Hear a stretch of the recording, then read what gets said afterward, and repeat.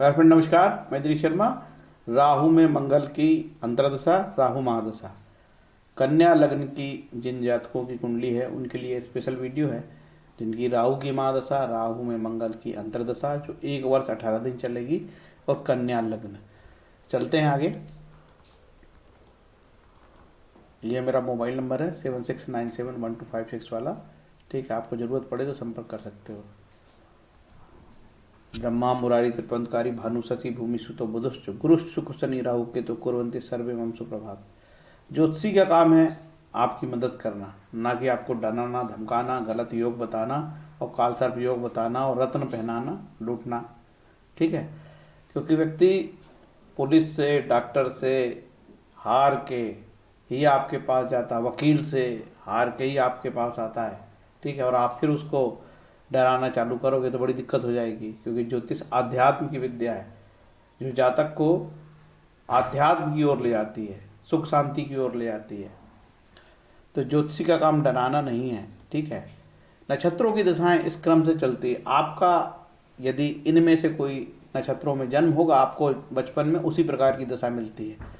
अब आपको वर्तमान में अभी जैसे कि ये दो बुध और केतु की दशाएं, ये गंडमूल नक्षत्र कहलाती, अश्लेषा ज्येष्ठा रेवती अश्विनी मघा मूला, इनमें जिनका जन्म होता है, देखता है एस्ट्रोलॉजर, मैं स्वयं ही देखता हूँ कि काफी जीवन इनका संघर्ष वाला रहता है और बाद में बहुत तरक्की भी करते हैं, राजयोगकारी भी है। अश्लेषा ज्येष्ठा रेवती अश्विनी मघा मूला, इनमें जन्म लेने वाले जातकों का जीवन में संघर्ष बहुत रहता है और बाद में बहुत तरक्की भी करते हैं। ये समझ रहा हूँ, डरा नहीं रहा हूँ। ठीक है, तो ये नक्षत्रों की दशा ऐसी है। अब आपकी राहु की दशा चल रही है। ठीक है, वर्तमान में आपकी राहु की चल रही है। इसका मतलब आप रवि चंद्र मंगल राहु की जो दशाएं हैं भोग चुके हो, इसके बाद राहु में आए हो। राहु के बाद आपका गुरु मिलेगा। हम बात कर रहे हैं राहु मंगल की। इसके बाद आप राहु तमस है, तमस से आप जो है सत्व में आने वाले हो। ये इस प्रकार से मैं समझा रहा हूँ आपको। ऐसी दशाएं चलती है। बुध केतु, इनमें समय भी लिखा है, चंद्रमा 10 वर्ष, मंगल 7 वर्ष, राहु 18 वर्ष तमस है। अभी आप तमस में चल रहे हो। गुरु 16 वर्ष, अभी इसके बाद सत्व में आओगे आप। ठीक है, ट्रेन बदलेगी, मतलब ट्रेन जो है, आप जो है भयंकर खतरनाक स्पीड वाली ट्रेन में आ रहे थे आप, जो जिसे कोई डर नहीं था, वो ट्रेन कहीं भी घुस जाए। ठीक है, और अब आके आप ऐसी धार्मिक ट्रेन में आने वाले हो, गुरु की धार्मिक ट्रेन में, जो धीरे चलेगी और जो है लाइन से चलेगी, नियम कानून से चलेगी। अभी जो राहु की ट्रेन थी वो बिना नियम कानून के धड़ाधड़ जा रही थी, उसे कोई मतलब नहीं आगे कोई सिग्नल मिला है कि नहीं मिला है। तो तमस से आप सत्व की ओर जा रहे हो। ठीक है, तो जीवन में बड़ा बदलाव होगा। इसके बाद फिर आपको शनि की दशा मिलेगी गुरु के बाद, है ना। तो अब धीरे से आगे बढ़ा जाता है। ये जो दशा है आपकी, इसको छिद्र दशा बोलते हैं आप। ठीक है, क्योंकि आखिरी की जो दशा कहलाती है, जैसे राहु मंगल, ये छिद्र दशा कहा जाता है। ठीक है, तो इसको छिद्र दशा, इसको आप छिद्र दशा कहते हैं। जो जनरली इसके बारे में कहा जाता है कि ये सामान्यतः कष्टप्रद होती है और कुछ मामलों में बड़े अच्छे भी फल देती है। तो अच्छे फल देने का प्रतिशत कम है, कष्ट देने का प्रतिशत ज़्यादा है, ऐसा ज्योतिषी का अनुभव है। राहु में मंगल 1 वर्ष 18 दिन। मंगल आपका उच्च का होगा मकर राशि में 28 अंश का, और नीच का होगा 28 अंश का कर्क में। ये अंशों का बड़ा खेल है, समझ गए भाई। 28 अंश में परफेक्ट मंगल आपका बड़ा धमाल मचा देगा यार, धमा चौकड़ी मचा देगा आपके जीवन में। और यदि मंगल 28 अंश का ही एग्जैक्ट है तो बड़ा प्रशासनिक अधिकारी बनाए, रुतबेदार पोस्ट देगा, बड़े ठेकेदार हो सकते हो, प्रशासन में भी बड़ा रुतबा हो सकता है। नेता हो गए, वहां पे भी रुतबा। देखो बहुत सारे विधायक होते हैं, कुछ विधायकों को रुतबे होते हैं, कुछ विधायक को कोई नहीं जान रहा है यार, वो अपना ही क्षेत्र का काम नहीं करा पाता है।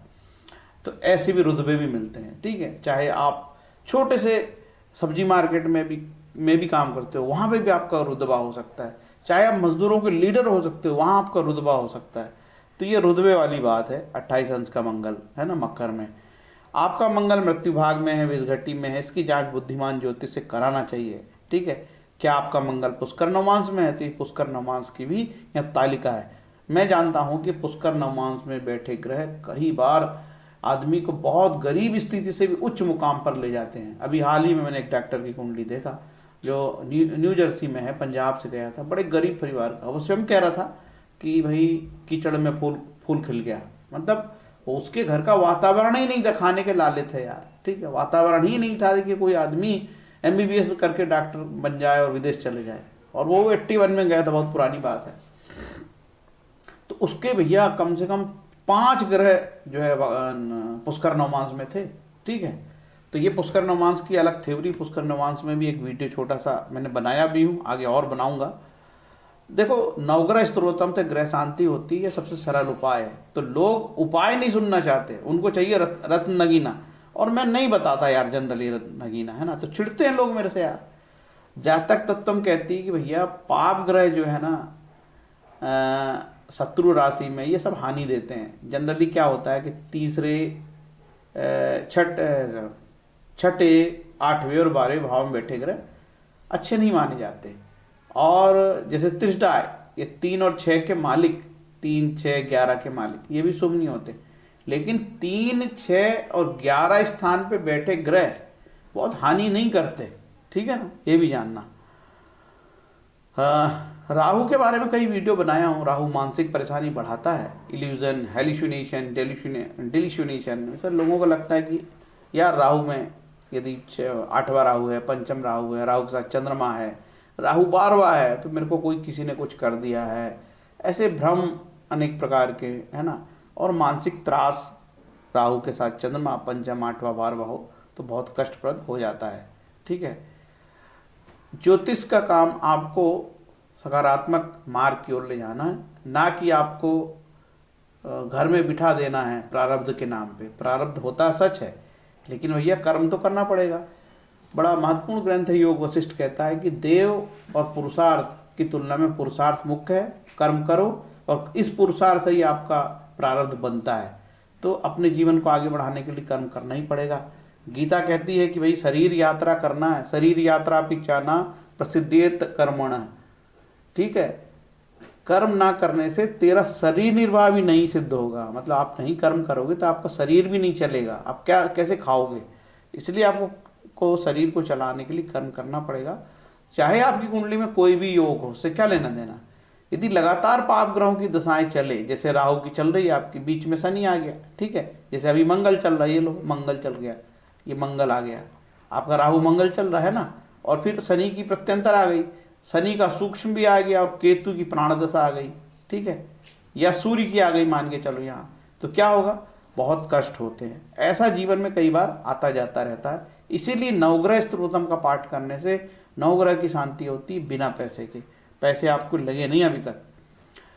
ये जो राहु है ये तमस वाला ग्रह है, तो तमस एक्टिवेट करता है CBI, ED, लोकायुक्त, कोर्ट कचहरी, विजिलेंस, बीमारी, और आपको फंस जाना, फेरा फेमा MLA, आर्थिक अपराध में फंस जाना।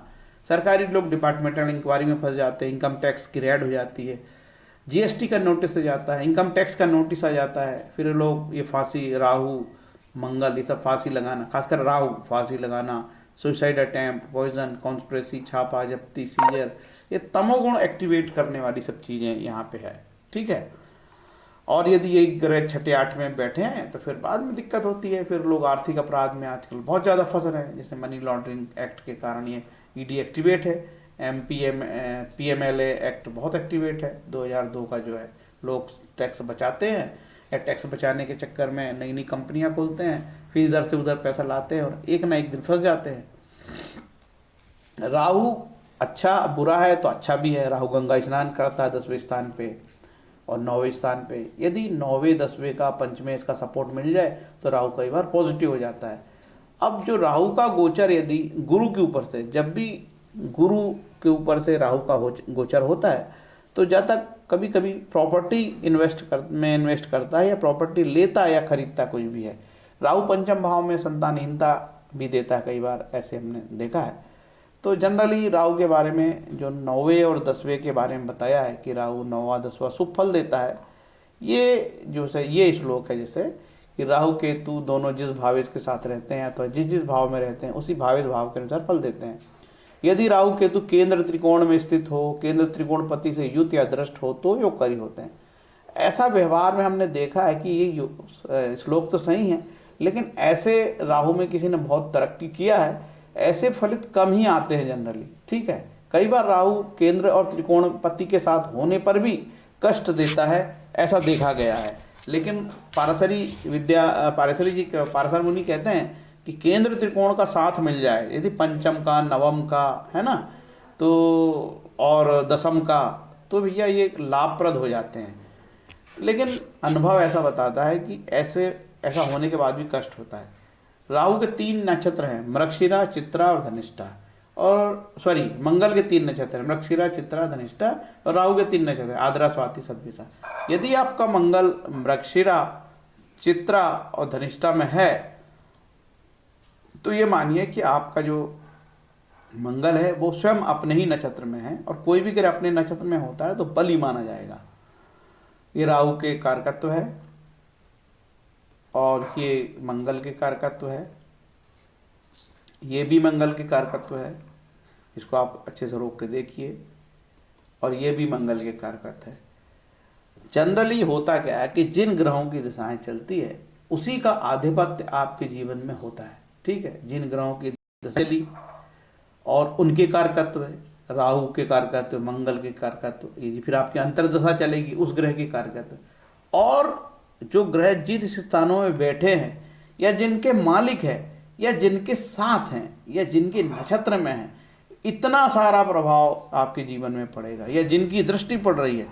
इसीलिए तो एस्ट्रोलॉजर फलित नहीं निकाल पाता है, और आप लोग उसके पास जाते हो कि हमको कोई चमत्कारिक बात बताएगा।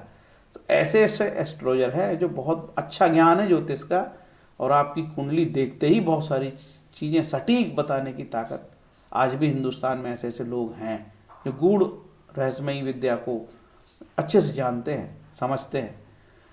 आपकी बिना देखे कुंडली का विश्लेषण एस्ट्रोलॉजर कैसे करेगा? एक तो लघु पाराशरी के सिद्धांत से, ग्रहों के कारकत्व से, है ना, बाकी आपकी नवमांश कुंडली, षोडश कुंडली, इनको जब कुंडली देखता है तभी एस्ट्रोलॉजर जानता है कि इसकी कुंडली में क्या है।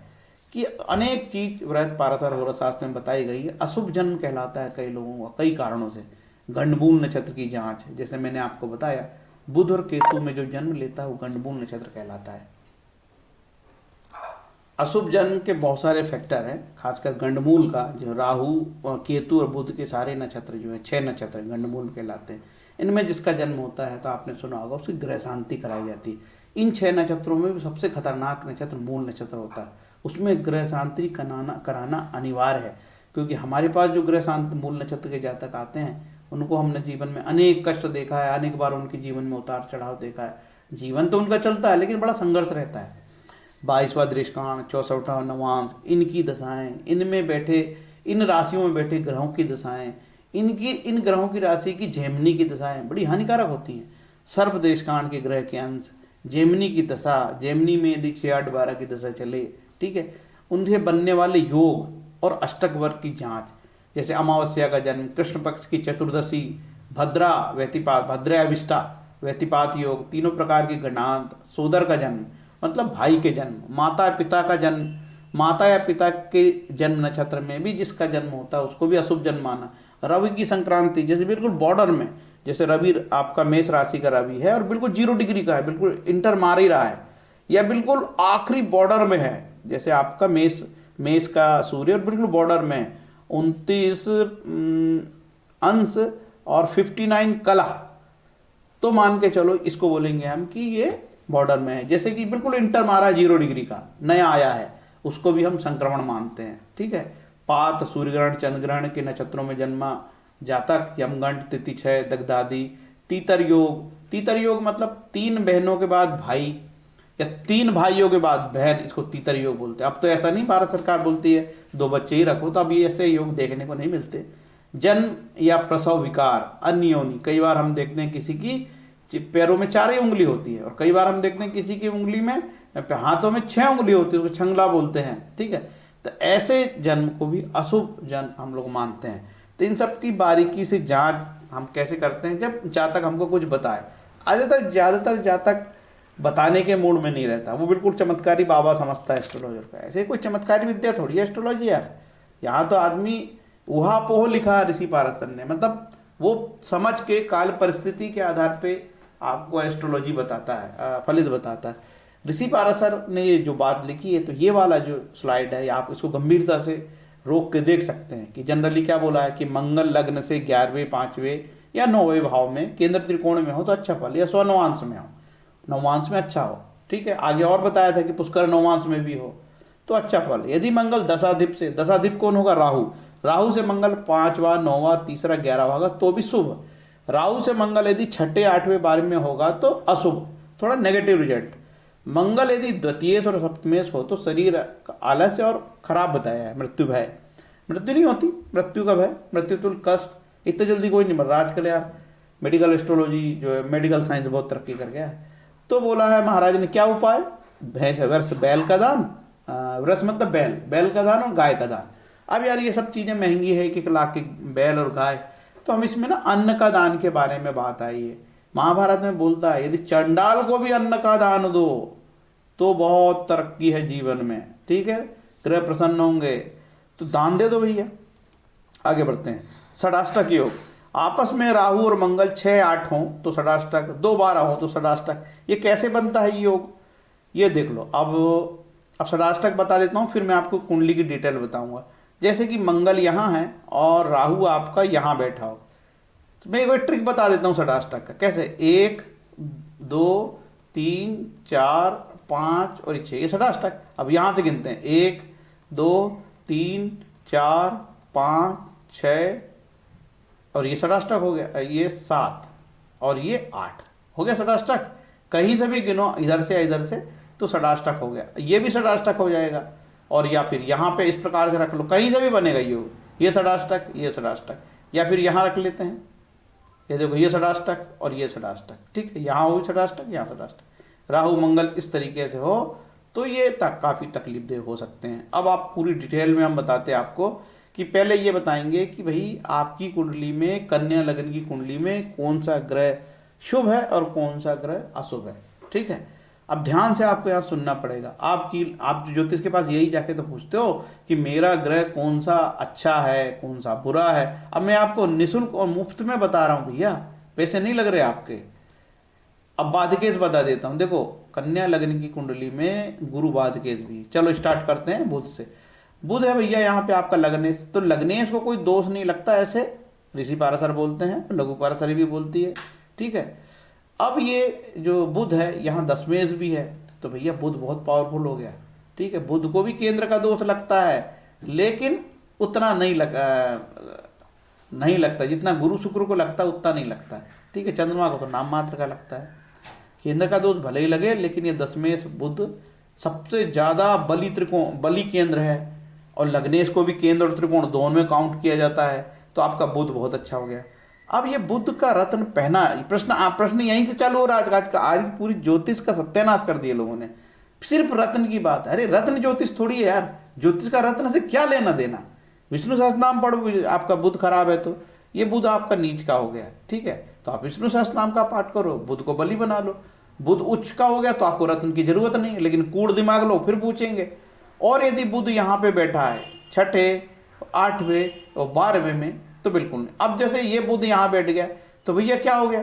बुध यहाँ बैठ गया तो जातक विदेश में हो सकता है, उसकी हेल्थ की समस्याएं आ सकती है, उसके जीवन का बहुत कुछ समय बर्बाद हो सकता है, जीवन में बहुत अच्छी अचीवमेंट नहीं हो सकती। विदेश में चले जाए तो बहुत तरक्की कर सकता है।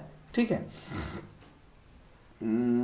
या जातक भारत में भी रह के विदेश से या बाहरी शहरों से, कोई जरूरी नहीं हर एक आदमी विदेश जाए, तो आदमी छोटे से गांव में रह के बड़े बड़े शहरों से अपना उद्योग व्यापारिक कनेक्शन बना सकता है।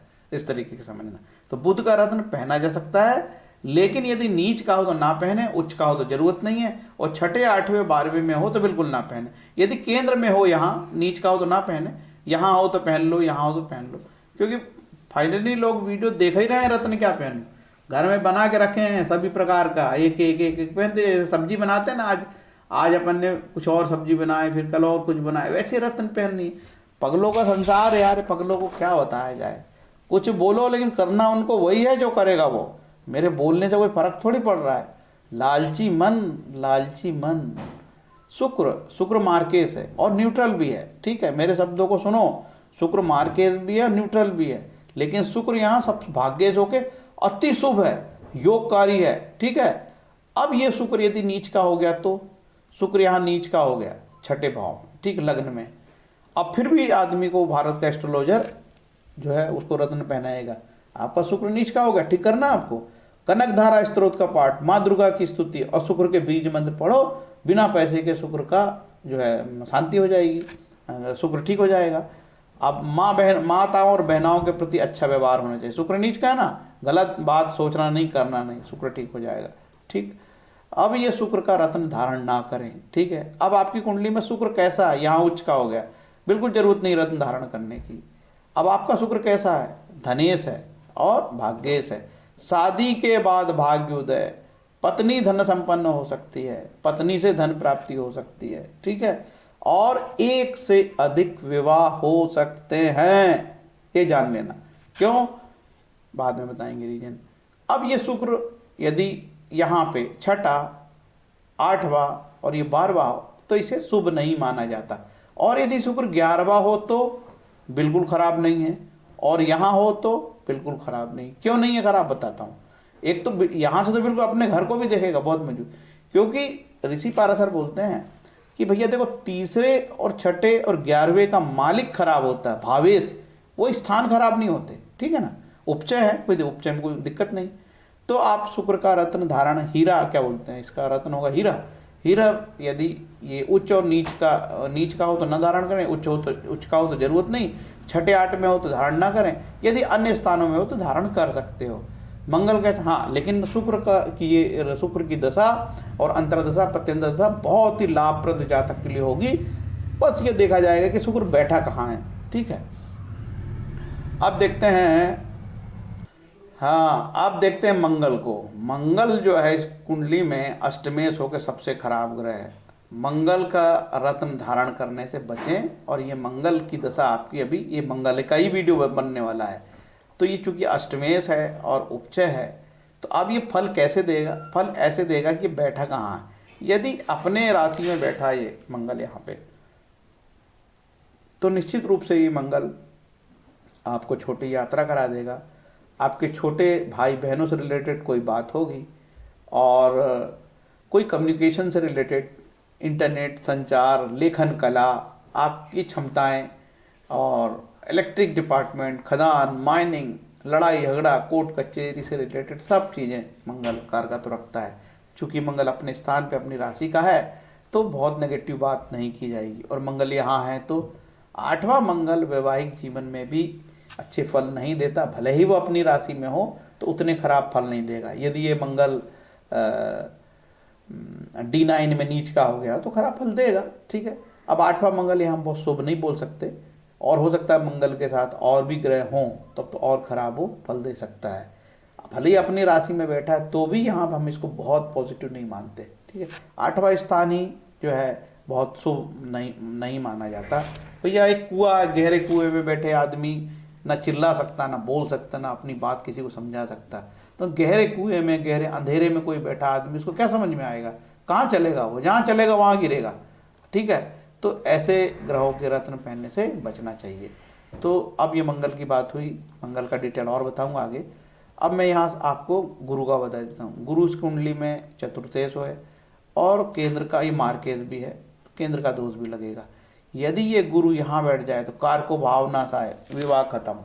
ठीक, विवाह खत्म हो जाएगा, या विवाह में क्या होगा, विवाह में वो सुख प्राप्त नहीं होगा जो आपको मिलना चाहिए। कारको भावना सा है, गुरु यहाँ पे बैठ के नुकसान पहुंचा देता है कई बार। ठीक है, तो यहाँ का कारक तो गुरु है नहीं, तो कारको भावना शायद नहीं करेगा, लेकिन गुरु जहाँ बैठता है उस स्थान की हानि करता है। इस हिसाब से हमने देखा कि कई लोगों का गुरु सप्तम स्थान पे है, लेकिन पत्नी से उनको वो सुख जो चाहते हैं वो कई बार नहीं मिल पाता। पत्नी ईमानदार होगी, साधु प्रवृत्ति की होगी। ठीक है, ये भी दुख का कारण होता है कभी कभी लोगों का, अरे बड़ी साधु है यार, कोई काम की नहीं।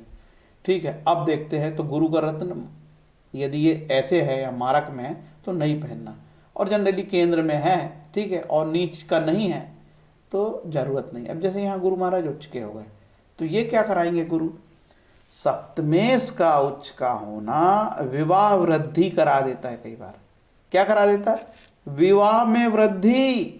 अरे एक नहीं 2-3 विवाह हो जाते हैं। चलो भाई आगे बढ़े। तो गुरु का रत्न यदि उच्च का हो तो जरूरत नहीं, अब नीच का तो नहीं पहनना। उसके लिए क्या करोगे, ओम नमः शिवाय का जप करना, विष्णु सहस्त्र नाम का पाठ कर लेना या शिव सहस्त्र नाम का पाठ कर लेना, तो बिना पैसे के ग्रह शांति हो जाएगी ना। ठीक है, अब आगे बढ़े। और यदि गुरु 8वां हो, यहाँ हो, तो रत्न पहनने से बचना। ठीक है, अब हम चलते हैं शनि को। शनि इस कुंडली में पंचमेश होकर शुभ है, षष्ठेश होकर खराब है, तो मिश्रित फल देगा। शनि का रत्न पहनने से बचना नीलम, क्योंकि षष्ठेश है ये। ठीक है, अब शनि यहाँ उच्च का हो गया, तो ये शनि उच्च का हो गया, पंचमेश उच्च का हो गया, भैया आपकी संतान उच्च की हो गई। संतान, ऐसी कुंडली में संतान बहुत तरक्की करती है भैया, संतान बहुत पैसे कमाती है, जीवन में बहुत तरक्की करती है, ऐसा। अब ये शनि नीच का हो गया, तो कहाँ पे होगा नीच का? ये शनि नीच का हो गया। आप षष्ठेश का नीच का होना ये बीमारी को दावत देता है, लेकिन ये राजयोग भी करता है। ठीक है, कोई क्रॉनिक बीमारी लग सकती है ऐसा। और ये जो प्लानेट है बहुत हानि नहीं करता षष्ठेश नीच के होके, क्योंकि वो नीच का होके यही 8वें में तो गया है। गड्ढा और गड्ढे में चला गया तो क्या आया, डाकू कोई डाकू से मिल लिया तो कोई फर्क नहीं पड़ता है ना, उतना हानि नहीं है। ठीक है, तो ऐसे ग्रहों के भी रत्न पहनने से हमको बचना चाहिए। शनि यहाँ पे आदमी को बीमार करता है और खूब लंबे समय तक आयु देता है। वो चाह के भी उसकी डेथ नहीं होगी यार, चिल्लाए भगवान ले जा ले, हे भगवान ले जा ले, कैसे लेटरिन जाऊं, कोई है नहीं, कैसे चलूं, कैसे उठूं, कैसे पीठ खुजलाऊं। ठीक है, खूब आयु देता है शनि यहाँ। ठीक, ऐसे ग्रहों के रत्न जो नीच के हो नहीं धारण करते। ठीक है ना, उनके लिए क्या करेंगे? हनुमान चालीसा का पाठ करके ग्रह शांति करा लो। ठीक है, गरीब को, लंगड़े को, कमजोर लोगों को दान दो, चंडाल को भी दान देने से लाभ होता है। ठीक है, अब यहाँ पे गुरु का बता दिया, मंगल का, शुक्र का, बुध का बता दिया, चंद्रमा। चंद्रमा उपचय है यहाँ पे, है ना, तो उपचय को ऋषि पाराशर ने शुभ नहीं माना है। ठीक है, अब चंद्रमा कहाँ नीच का होगा? चंद्रमा यहाँ नीच का हो जाएगा, तो क्या होगा? जातक घर में सबसे बड़ा होगा या छोटा होगा। हो सकता है कि जातक के छोटे भाई की कोई हानि हुई होगी, ऐसा समझो। लेकिन ये चंद्रमा नीच का भी होके यहाँ बहुत कोई नुकसान नहीं देगा। उपचय यदि वहां जाके नीच का हुआ तो कोई योगकारी होगा। अब एक और चीज बताता, हो सकता है कि मंगल आपका यहाँ नीच का हो गया। ठीक है, मंगल नीच का होगा और कहीं बुध आपका यहाँ पे अपनी राशि में बैठा होगा, तो ये राजयोग हो गया भैया। ठीक है, ये राज हो गया। और मंगल यहाँ से देखे तो लग्न को तो कमजोर राजयोग हो गया, बुध नीच का हो गया, और यहाँ पे मंगल हो जाए तो ये राजयोग हो गया। ठीक है, इसी तरीके से शनि नीच का हो, ये शनि नीच का हो और बुध यहाँ बैठ जाए, कहाँ पे? ये बुध यहाँ बैठ गया तो ये राजयोग हो गया, और यहाँ से शनि देखे तो कमजोर राजयोग हो गया। ऐसा योग बने तो लाभप्रद है। और हो सकता है कि सूर्य नीच का हो जाए। सूर्य कहाँ है आपका? देखो ये सूर्य महाराज यहाँ पड़े, सूर्य नीच का हो गया आपके। कहाँ पे होंगे नीच के सूर्य? सूर्य यहाँ नीच के हो गए, और सूर्य नीच के हो गए और लग्नेश लग्न में बैठ जाए, या देखे लग्न में बैठ जाए तो ये राजयोग, और ये देखे तो भी राजयोग। ठीक है, ऐसे कई योग बताए। इस तरीके से शुक्र और शनि ये आपस में कहीं केंद्र में बैठ जाए तो राजयोग।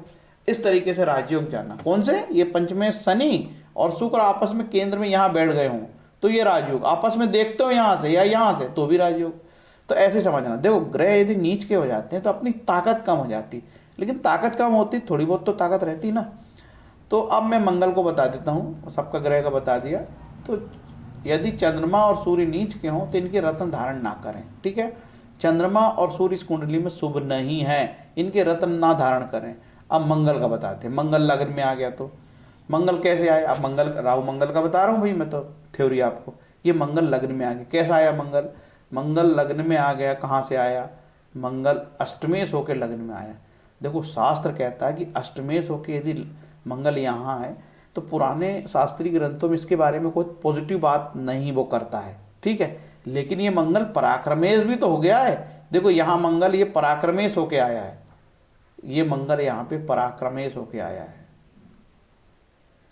ठीक है, ये मंगल यहाँ से पराक्रमेश होके आया है, तो क्या होगा? जातक पराक्रमी होगा, अपने बल पे सब कुछ करेगा। ठीक है, ऐसा फलित।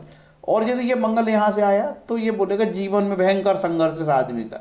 और कई बार मंगल यदि लग्न में होता है तो जातक कुछ अनैतिक कार्य में इन्वॉल्व हो जाता है। ठीक है, अब अनैतिक काम आप जानते ही हो। ठीक है, सबकी अलग अलग काल परिस्थिति है। कई बार रिसर्च प्रेमी, अनुसंधान प्रेमी भी होता है ऐसा मंगल। अब मंगल यहाँ हो तो मंगल अपने घर को देखता है और अपने से 12वां गया है, तो ये मंगल यहाँ पे अष्टमेश होके गया है, तो ये तो धनदायी हो गया यार, कोई बुरी बात नहीं है। अपने घर को देखता है तो भैया ये विरासत के भाव को मजबूत करता है, विरासत से धन प्राप्ति के योग बनाता है, कोई बुरा नहीं है ये योग भी, ठीक है। अपने घर को देखता है ये, और ये मामले में छोटे भाई के मामले में जरूर अपने से 12वां हो गया, तो छोटे भाइयों का जो सुख है या उनसे कोई हानि हो सकती है, ठीक है, या उनके लिए आपको बहुत ज़्यादा संघर्ष करना पड़ सकता है। छोटे भाइयों के लिए लोग बड़ी मेहनत करते हैं और रिजल्ट नतीजे कुछ नहीं आते, यार भाइयों के लिए मैंने इतना कुछ किया लेकिन मिला नहीं, ऐसा, क्योंकि भाइयों के लिए अपनी ऊर्जा दे रहा है सेकंड हाउस को, ठीक है। ओके, अब यहाँ चलते मंगल अपने का आ गया पराक्रम, हो सकता है जातक बहुत बड़ा खिलाड़ी हो, प्रेमी हो, बहादुर हो, ठीक है, और साहसी पराक्रमी, ठीक है, अपने बल पे काम करने वाला ऐसा जातक। तीसरा स्थान मजबूत होगा, इंटरनेट, कंप्यूटर, संचार, लेखक, और हो सकता है कि खिलाड़ियों का लेखन का कार्य करता हो, कोई इंजीनियरिंग का काम भी बहुत मजबूती से करता हो, बहादुर आदमी हो, और इंटरनेट कम्युनिकेशन में महारत हासिल हो उस आदमी की, ठीक है। अब यहाँ पे मंगल आ गया, तो अपने से दूसरा और यहाँ से 8वां 9वां, ये मंगल माँ की विरासत की हानि कर सकता है, धन की। अष्टमेश का महाना आपकी प्रॉपर्टी में हानि क्षति की ओर इशारा करता है, ठीक है। माँ के लिए कष्टप्रद है, माँ की बीमारी के लिए माँ को कष्ट दे सकता है, ठीक है, या माँ से जातक के संबंध खराब हो सकते हैं, ठीक। अब यहाँ आ गया मंगल, तो ये मंगल यहाँ पीड़ित नहीं होना चाहिए। हो सकता है कि मंगल यहाँ शनि के साथ बराबर डिग्री में हो, यहाँ से शनि देखता हो, यहाँ से शनि देखता हो, या यहाँ से शनि देखता हो, तब ऐसी स्थिति में जातक की संतान की हानि होती है। कई बार बहुत ज्यादा मंगल पीड़ित होने से 1, 2 या 3 संतान तक की हमने उसमें मृत्यु देखे, मतलब एक अनेक गर्भपात तो करा ही देता है। और यदि कहीं मंगल के साथ शनि राहु भी आ जाए, राहु आ जाए, ठीक है, या राहु भी ऐसे कनेक्ट हो जाए, यहाँ केतु हो जाएगा, फिर यहाँ केतु हो जाएगा, तो भी ये हानि के योग इस तरीके से बताता है। और कहीं यहाँ पे सूर्य अस्त हो जाए आके, ठीक है, तो भी ये हानि संतान को करा सकता है, इस तरीके का जानना। अब मंगल यहाँ हो तो ये एक तो विपरीत राजयोग बनाया, और ये मंगल यहाँ बुरा नहीं होगा भैया, क्योंकि उपचय का उपचय में आ गया और एक विपरीत राजयोग बना दिया। ऐसी दशा में जातक शत्रु को जीत सकता है, कोर्ट कचहरी में विजय प्राप्त कर सकता है, शरीर का बहादुर हो सकता है, बीमारी होगी भी तो सुधर जाएगी, ठीक है, ऐसा कोई बुरा योग नहीं है। लेकिन ये मंगल आपको कोर्ट कचहरी में जरूर नहीं लगा। देखो, जो जिस भाव का मालिक है ना उसको एक्टिवेट करता है, ठीक है, तो कोर्ट कचहरी एक्टिवेट कर दे, हालांकि आप जीत जाओगे लेकिन कोर्ट कचहरी एक्टिवेट कर देगा, ठीक है। अब ये मंगल क्रॉनिक बीमारी यहाँ आ गई, तो कोई क्रॉनिक बीमारी लग जाएगी, ये सुधरेगी नहीं, ठीक है, दिक्कत होगी। अब मंगल यहाँ हो तो ये वैवाहिक जीवन की हानि करता है। अष्टमेश जब भी यहाँ पहुँचता है वैवाहिक जीवन की हानि करता है। जातक की कुंडली 100% मंगली हो गई, ठीक है, 100% मंगली, और मंगल यहाँ हो तो भी 100% मंगली हो गई। ऐसे योगों में वैवाहिक जीवन में हानि हमने होते हुए देखा है, ठीक है। अब मंगल यहाँ आ गया, तो मंगल अपने से दूसरा आया। जब भी मंगल अष्टमेश होके गया भाग्यस्थान में, ये अच्छा नहीं है, लेकिन ये मंगल तीसरे स्थान को काफी मजबूत करता है। आपका कम्युनिकेशन कला, बोलने की क्षमता, संचार कौशल, ट्रैवलिंग, ये मजबूत करता है आपकी, ठीक है। ये पिताजी, कई बार ऐसे योगों में पिता भी फोर्स में होते हैं, मिलिट्री में होते हैं, ठेकेदार होते हैं, ठीक है, व्यापारी होते हैं, दबंग होते हैं, ऐसा कई बार ये मंगल अष्टमेश होके आया है चूंकि, और कहीं शनि यहाँ से देख ले या शनि यहाँ से देखे तो पिता के जीवन में हमने घात दुर्घटनाएं होते देखा है, पिता की बीमारी से मृत्यु भी देखा है। मंगल यहाँ हो गया तो मंगल 10वां, मंगल दिग्बली हो गया। अब ये जातक को यहाँ पे अपने से 9वां और अपने से तीसरा, कई बार रिसर्च के, अनुसंधान के, खदान के काम हमने इनको करते देखा है और इसमें बड़े सफल हुए हैं। और चूंकि ये मंगल अब यहाँ पे किसी के मंगल की दशा चली, भयंकर बाधा, इतना नुकसान पहुंचाएगा काम धंधे में, क्योंकि ये अष्टमेश है, अष्टमेश यहाँ आया और ये मंगल की देखा पूरा काम धंधा जातक का बंद हो जाएगा, ठीक है, ऐसा। अब यहाँ मंगल गया तो ये मंगल यहाँ उप नीच का हो गया। अब यदि अष्टमेश नीच का होगा तो ये बहुत हानिकारक नहीं हो सकता, ठीक है, क्योंकि खराब ग्रह है यार, और ये भी उपचय हो गया तो घर में जातक सबसे बड़ा होगा, बड़े भाई की हानि हो सकती है, घात दुर्घटना में मृत्यु हो सकती है, ठीक है, घर में सबसे बड़ा या छोटा होगा, ठीक है, इस तरीके के फल। अब यहाँ पे मंगल विपरीत विपरीत राजयोग बना था, पंचमेश होके आ गए तो विपरीत राजयोग बनाया, और ये अपने से 10 हो गया, तो जहाँ तक विदेश में अच्छा कर सकता है, कम्युनिकेशन कर विदेश में जो है जहाँ तक से वास्ता हो सकता है इसका, ठीक है, और इस समय उसको विदेश में लाभ प्राप्त हो सकता है। विपरीत राजयोग बना रहा ना, हालांकि वो लाभ को अर्जन नहीं कर पाएगा, लेकिन विपरीत राजयोग तो बन रहा है। ये हो गया। अब वीडियो होगा 35 मिनट का। अब जल्दी जल्दी बता देता हूँ, ये प्रारब्ध का मेरा एक वीडियो है, इसको देख लेना, देखना चाहो तो। और देखो यार, जीवन में जो होना होता रहेगा, भूपति भावी मिटे ही नहीं, समझ रहे ना, इसलिए भगवान के नाम लो और ग्रह शांति करा लो। अब यहाँ पे मंगलवार का व्रत रहो, चावल का दान दो, भोजन का दान दो, ग्रह शांति। मंगल के लिए ओम अम अंगार का नमः का जप करो, या और भी मंत्र है, आपकी इच्छा है जो ले लो, ठीक है। अब ये मंगल का अंगारा का स्रोत, इससे ग्रह शांति, मंगल स्तुति से ग्रह शांति, ऋण मोचक मंगल से ग्रह शांति, बड़ा अच्छा है ये ऋण मोचक मंगल, ठीक है, स्कंद पुराण से है। और ये जो मंगल कवच, इससे ग्रह शांति है ना, और मार्कंडेय पुराण से ही मंगल कवच, छोटा सा पढ़ सकते हो। और ये राहु का के लिए है, ओम राम रावे नमः, ठीक है, या ओम अर्धकायम महावीर्यम चंदादित्य विमर्दनम सिंह गर्भ संभूतम तम राहु पूर्णिमा, ग्रह शांति बिना पैसे के। ये राहु स्त्रोत ग्रह शांति के लिए, राहु कवच ग्रह शांति, राहु का दान, ये राहु केतु यदि खराब है अनिष्ट में तो उपाय, ये राहु का दान, ये भी राहु का दान। राहु और मंगल यदि छठे 8वें 12वें स्थान पे हो, नीच के हो, तो ग्रह धारण ना करें। राहु के लिए दुर्गा सप्तशती सबसे अच्छा उपाय। फल दीपिका में कहती है कि यदि आप बुरे काम नहीं करते तो ग्रह आपका नुकसान नहीं करेंगे। जीवन में उतार चढ़ाव होता रहता है, सबके जीवन में संकट आता है, घबराइए मत, डरिए मत, पैसा बर्बाद मत करिए। ग्रह ईश्वर भक्ति से ग्रह शांति होती है। भारत में सनातन पद्धति में हजारों साल से बात है। नवधा भक्ति, श्रवणम कीर्तनम विष्णु स्मरणम पाद सेवनम अर्जुनम वंदनम दास्य साक्षात निवेदन। पैसा समय वैसे ही खराब है, पैसे बर्बाद मत करो। शुद्ध भक्ति से ग्रह शांति होती, नारद भक्ति सूत्र में लिखा है। भगवान कृष्ण कहते हैं मेरे भक्त का कभी नामे भक्त प्रणश्यति, मेरे भक्त का कभी हानि नहीं होती, नुकसान नहीं होती। ईश्वर भक्ति करो, ग्रह शांति होगी। गुरु कई प्रकार के सनातन उपाय, सबसे ग्रह शांति होती है। विष्णु सहस्त्र नाम से ग्रह शांति होती है। अभी तक एक भी पैसा नहीं लगे, ठीक है, क्योंकि पैसे नहीं लगे, एस्ट्रोलॉजर कोई टोटके भी नहीं बता रहे हैं, तो ये साला मूर्ख होगा, बोले इसको कुछ बनता नहीं होगा, गधा है बोले। अभी तक रत्न नहीं बताया, और मैं गुजरात का रहने वाला हूँ, क्योंकि मैं तो रत्न का दीवाना हूँ, है ना। मैंने तो सभी प्रकार के रत्न बना रखे हैं, जैसे कपड़े होते हैं ना, हर एक के, ठंडी के, गर्मी के कपड़े, मैंने हीरा मोती अलग अलग अंगूठियों के लिए अलग अलग धातुओं में बना रखा है। आप तो जानो, मैंने बता दिया। ऋषि पाराशर ने रत्न के बारे में नहीं बताया, ना ऋषि पाराशर ने काल सर्पयोग के बारे में बताया, ना ऋषि पाराशर ने कोई टोटका बताया। ऋषि पाराशर विष्णु सहस्त्रनाम, दुर्गा जप, चंडी जप, दुर्गा सप्तशती चंडी जप, शिव सहस्त्रनाम से ग्रहों की शांति बताए। और तो और बोले कोई शुद्ध कर्मकांडी से, अच्छे ईमानदार कर्मकांडी से ग्रह शांति करा लो, ठीक है। अब आपको समझ में हो गया कि आगे क्या है। आगे है पेट और व्यापार। जब तक ये पेट है और रहेगा, तब तक हर विधा के साथ व्यापार जुड़ जाएगा। जब तक पेट रहेगा, जब तक हर विधा के साथ छेड़छाड़ होते रहेगी, क्योंकि लोग इसको, ज्योतिष को अपने पेट का साधन बना लिए हैं। और जब पेट आ जाता है तो पापी पेट का सवाल है।